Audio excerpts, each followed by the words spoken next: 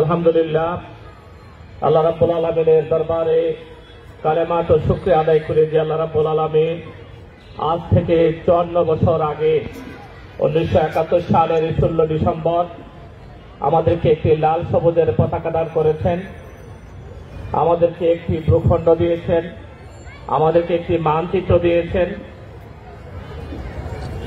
শত শত হাজার প্রাণের বিনিময়ে অর্জিত আমাদের যে বিপ্লব, আমাদের যে বিজয়, এই বিজয় উদযাপন উপলক্ষে আজকের আয়োজনের সংগ্রামী সভাপতি, বাংলাদেশ জামাত ইসলামী ঢাকা মহানগরী উত্তরের মজলিস শুরার অন্যতম সদস্য, হাতিরঝিল পূর্ব থানার সংগ্রামী আমির, আগামী দিনে 36 নম্বর ওয়ার্ডের জনগণের সমস্যা সমাধানে যিনি বন্ধু হিসাবে ভূমিকা রাখবেন আমরা বিশ্বাস করি, সংগ্রামী জনতা অ্যাডভোকেট জিল্লুর রহমান আজমি, আজকের অনুষ্ঠানের সম্মানিত সঞ্চালক, বাংলাদেশ জামাত ইসলামী ঢাকা মহানগরী উত্তরের সংগ্রামী মজলিস শুরার সদস্য, হাতিরঝিল পূর্ব থানার সংগ্রামী সেক্রেটারি সাবেক ছাত্রনেতা জনাব খন্দকার রুহুল আমিন, উপস্থিত জামাত ইসলামীর সংগ্রামী নেতৃবৃন্দ, এলাকার সম্মানিত সুধী মণ্ডলী, মুরব্বিয়ানে ইকরাম, যুবক ভাইয়েরা, আজকের এই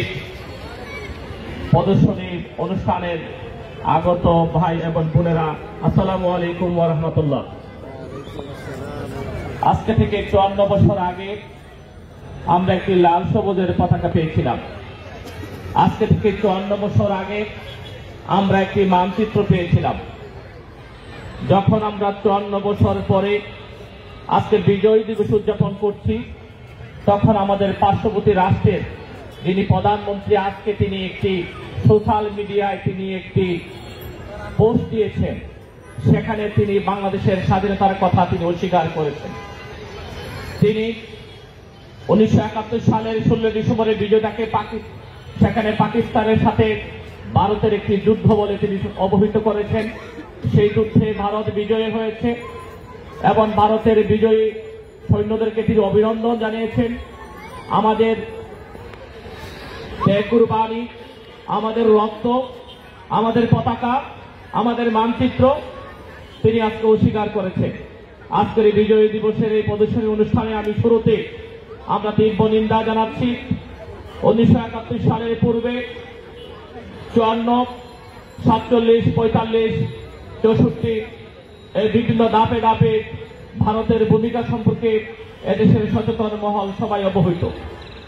সম্মানিত সুধী মণ্ডলী, সম্মানিত এলাকাবাসী, আমাদের এই লাল সবুজের পতাকাটাকে যারা খামচে ধরেছে, এই লাল সবুজের পতাকাটাকে আমাদেরকে বহন করে সামনে নিয়ে যাওয়ার ক্ষেত্রে যারা আমাদেরকে পদে পদে বাধা সৃষ্টি করছে, যারা এদেশের মানুষকে সাংস্কৃতিক আগ্রাসন করে, তরুণ যুব সমাজকে ধ্বংস করার জন্য যারা পরিকল্পনা করে বিভিন্ন কার্যক্রম পরিচালনা করছে, যারা রাজনৈতিক বিভেদ সৃষ্টি করে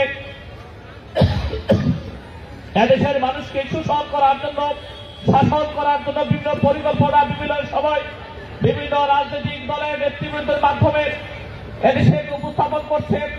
রাষ্ট্রের ক্ষমতা সেখানে পরিবর্তনের ক্ষেত্রে যারা সেখানে ভূমিকা রাখছে, অন্যায়ভাবে জুলুম করে সেখানে বছরের পর বছর জালিম শাসককে ক্ষমতা রাখার জন্য যারা সবচেয়ে বেশি ভূমিকা রাখছে, সে ভারত আজকে তাদের মুখোশটা আজকে খুলে দিয়েছে। আজকের সময়ে দাঁড়িয়ে আমরা গত 36 জুলাই, 5 আগস্ট তরুণ ছাত্র সমাজের আবাল বৃদ্ধ বনিতা, শিশু কিশোর মা বোনদের রক্তের উপর দাঁড়িয়ে আমরা যে দ্বিতীয় স্বাধীনতা লাভ করেছি, নয়া বিপ্লব আমরা পেয়েছি, নয়া স্বাধীনতা পেয়েছি। আমরা এই স্বাধীনতার সমুন্নত রাখার প্রত্যয় ব্যক্ত করে আমরা ভারতকে জানিয়ে দিতে চাই, ভারতের রক্ত চক্ষুকে এদেশের মানুষ উপায় পায় না। এদেশকে তারা যদি হায়দ্রাবাদের মতো গ্রহণ করার জন্য পরিকল্পনা করে, এদেশের মানুষ রক্ত দিয়ে তাদের পরিকল্পনা নষ্ট করার মতো সাহস রাখে ইনশাআল্লাহ। তারা যদি মনে করে ফেলানির লাশ তারা কাঁধে ধরে ঝুলিয়ে রেখে আমাদেরকে তারা ভয় পেয়ে পাইয়ে দেবে, তারা যদি মনে করে দীর্ঘ 15.5 বছর যে জালিম শাসককে ক্ষমতা রাখার জন্য যে দেশটি সবচেয়ে বেশি ভূমিকা রেখেছিল, যে দেশটি এই শাসককে আওয়ামী লীগকে, বেশিরভাগকে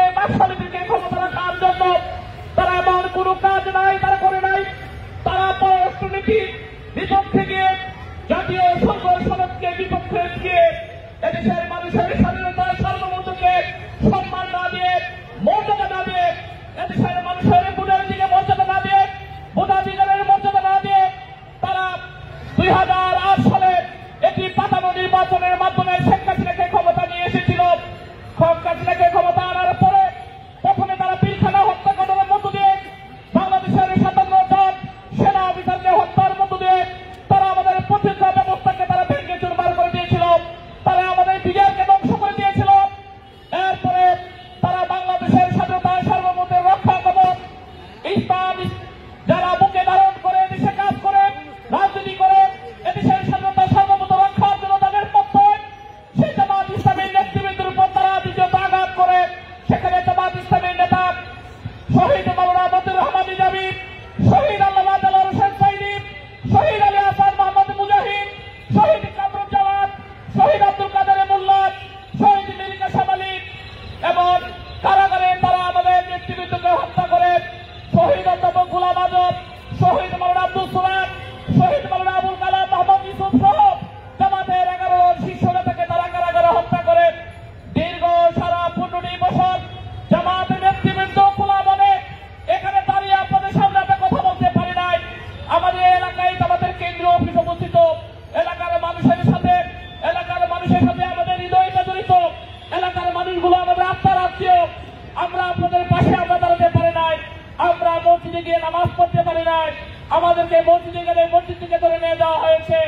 আমরা ঘরে বসে থেকে যখন কোরআন পড়ছিলাম আমাদেরকে কোরআন সহ আমাদেরকে আটক করা হয়েছে। সেই কোরআন গ্রন্থ থেকে বলা হয়েছে সন্ত্রাসীদের গ্রন্থ, কোরআন গ্রন্থ বলা হয়েছে জঙ্গির গ্রন্থ। আমরা যখন কোন ইসলামিক অনুষ্ঠানে মিলিত হয়েছি, কোরআনের তাফসীর অনুষ্ঠানে মিলিত হয়েছি, সেই তাফসীর অনুষ্ঠানকে নিষিদ্ধ প্রোগ্রাম বলে আমাদেরকে সেখান থেকে আটক করা হয়েছে। এই 15.5 বছর জামাত ইসলামের প্রায় 550 নেতা কর্মীকে তারা নির্মমভাবে হত্যা করে আল্লামা দেলোয়ার হোসেন সাইদির ব্যাপারে যখন তারা রায় দিয়েছিল, সারা দেশের মানুষ যখন সেখানে লড়াই সংগ্রামে প্রতিবাদ মুখর হয়েছিল, 1-2 দিনে 175 জন নেতা কর্মীকে তারা হত্যা করেছে। সম্মানিত ভাইয়েরা, এর পরবর্তীতে আমরা দেখেছি আজকে প্রধান বিরোধী দল বিএনপি নেতৃবৃন্দকে আটক করা হলো, তাদেরকে কারাগারে নিক্ষেপ করা হলো। এভাবে এরপরে বিভিন্ন ঘটনার মধ্য দিয়ে এদেশের স্বাধীনতা সার্বভৌমত্বকে তারা খর্ব করার জন্য এমন কোন কাজ নাই তারা করে নাই।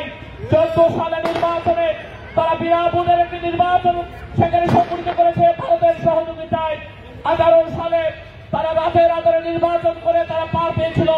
24 সালে জানুয়ারিতে নির্বাচন করেছে। এরপরে ছাত্র জনতা যখন তাদের অধিকারের কথা বলেছে তাদের উপর আক্রমণ করা হয়েছে।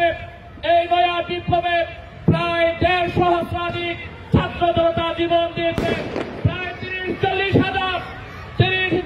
হাজার সেখানে ছাত্র জনতা নির্মমভাবে আহত হয়েছে। আজকের এই বিজয় দিবসের প্রাক্কালে আমরা এই হত্যার সাথে জড়িত শেখ হাসিনার বিচার দাবি করছি। আপনার কি শেখ হাসিনার বিচার চান? আমরা শেখ হাসিনার বিচার দাবি করছি। অবিলম্বে তাকে ভারত থেকে ফিরিয়ে এনে তার প্রাপ্য তাকে বুঝে দিতে হবে। প্রত্যেকটা হত্যাকাণ্ডের বিচারের জন্য তাকে বিচারের কাজ করে দিতে হবে। সম্মানিত ভাইয়েরা, আজকের বিজয় দিবস অনুষ্ঠানের প্রাক্কালে একটা কথা না বললে হয়। আজকে যখন আপনি বাজারে যাবেন ব্যবসায়ীরা তখন বলে আজকে 3 ধরনের চাঁদাবাজ তৈরি হয়েছে। এক ধরনের চাঁদাবাজ গত সরকারের সময় যারা ছিল তারা, আরেক ধরনের নতুন চাঁদাবাজ এসেছে, তারা নাকি আগামী দিনে ক্ষমতা আসবে। তারা সেই কথা বলে আগামী দিনের ক্ষমতার রূপে তারা মানুষের কাছে পরিচয় দিচ্ছে, তারা চাঁদা দাবি করছে। আরেক ধরনের চাঁদাবাজ যারা তারা স্থানীয় দাপট থেকে মানুষের কাছে ব্যবসায়ীর কাছ থেকে চাঁদা দাবি করছে। চাঁদাবাজির কারণে আজকে আমাদের বাজারে মূল্য আজকে কমছে না, আজকে দ্রব্যের মূল্য আজকে ঊর্ধ্বগতি। এই সময়ে দাঁড়িয়ে আমরা স্পষ্টভাবে বলে দিতে চাই, আমরা চাঁদাবাজ সন্ত্রাস দখলবাজ মুক্ত একটি হাতিঝিল চাই। আপনি কি চান? আমরা চাঁদাবাজ মুক্ত দখলবাজ মুক্ত একটি হাতিঝিল চাই। প্রত্যেকটা পাড়া মহল্লায় এখনো চাঁদাবাজি হচ্ছে। সেখানে হকার থেকে বসে তাদের কাছ থেকে কারো কাছ থেকে 2,500, কারো কাছ থেকে 3,500, কারো কাছ থেকে 4,500 টাকা চাঁদা নেওয়া হচ্ছে। আমরা কিছুদিন আগে মিছিল করে আমরা 10 দিনের সময় দিয়েছিলাম, আজকে 10 দিন শেষ হলো। আমরা আজকের সময় দাঁড়িয়ে প্রশাসনকে আবারও বলে দিতে চাই, অবিলম্বে চাঁদাবাজদেরকে আপনাদেরকে গ্রেফতার করতে হবে।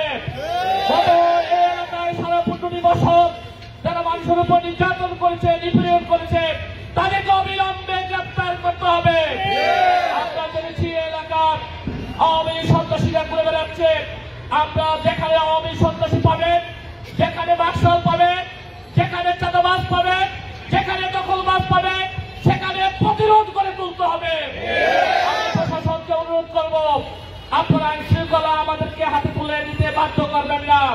আমরা বারবার অনুরোধ করছি, আপনাদেরকে সহযোগিতা করার আশ্বাস দিচ্ছি। অবিলম্বে এলাকার বাজার নিয়ন্ত্রণে আনার জন্য ভূমিকা রাখেন, তাহলে সবকিছু দাম কমে যাবে, মানুষ কম দামে সবকিছু কিনতে পারবে। মানুষের অসহনীয় পর্যায়ে একটা পৌঁছে গিয়েছে। বিজয়ের দিবসের প্রাককালে একথা এই জন্যই বলতে হবে, আমরা একটা বিজয় পেয়েছিলাম আমাদের মৌলিক ভোট বাতের অধিকারের জন্য। ভোট বাতের অধিকার যদি না পান, এই বিজয় কোনো কাজে আসবে না। আসল বিজয়কে যদি আমরা কাজে লাগাতে চাই, এই কথাই আজকাল স্লোগান উঠেছে, পুঁজিবাদ নয়, সমাজতন্ত্র নয়, জাতীয়তাবাদ নয়, ইসলাম হল দেশের মানুষের মুক্তির একমাত্র পথ। আমরা বিশ্বাস করি, আল্লাহর আইন এবং সত্যকারী শাসন যদি কায়েম হয়, মানুষের অধিকার মানুষ ফিরে পাবে। যে কারণে 1971 সালে লড়াই সংগ্রাম হয়েছিল, যুদ্ধে অবতীর্ণ হয়েছিল দেশে আমার বিদ্রোহ পরিতাপ। আমরা বিশ্বাস করি আল্লাহর আইন সত্যকারী শাসন কায়েম হলে মানুষের মুক্তি মিলবে, মানুষের অধিকার মানুষ ফিরে পাবে। আল্লাহ আমাদেরকে সেই তৌফিক দান করুক, আমিন। আজকের এই অনুষ্ঠানে সর্বশেষ মুহূর্ত আপনাদেরকে থাকার জন্য আমি উদাত্ত আহ্বান জানাচ্ছি। আসসালামু আলাইকুম রহমতুল্লাহ। সম্মানিত উপস্থিতি, আমাদের সম্মানিত প্রধান অতিথির বক্তব্যের মধ্য দিয়ে আমাদের আজকে আনুষ্ঠানিকভাবে উদ্বোধনের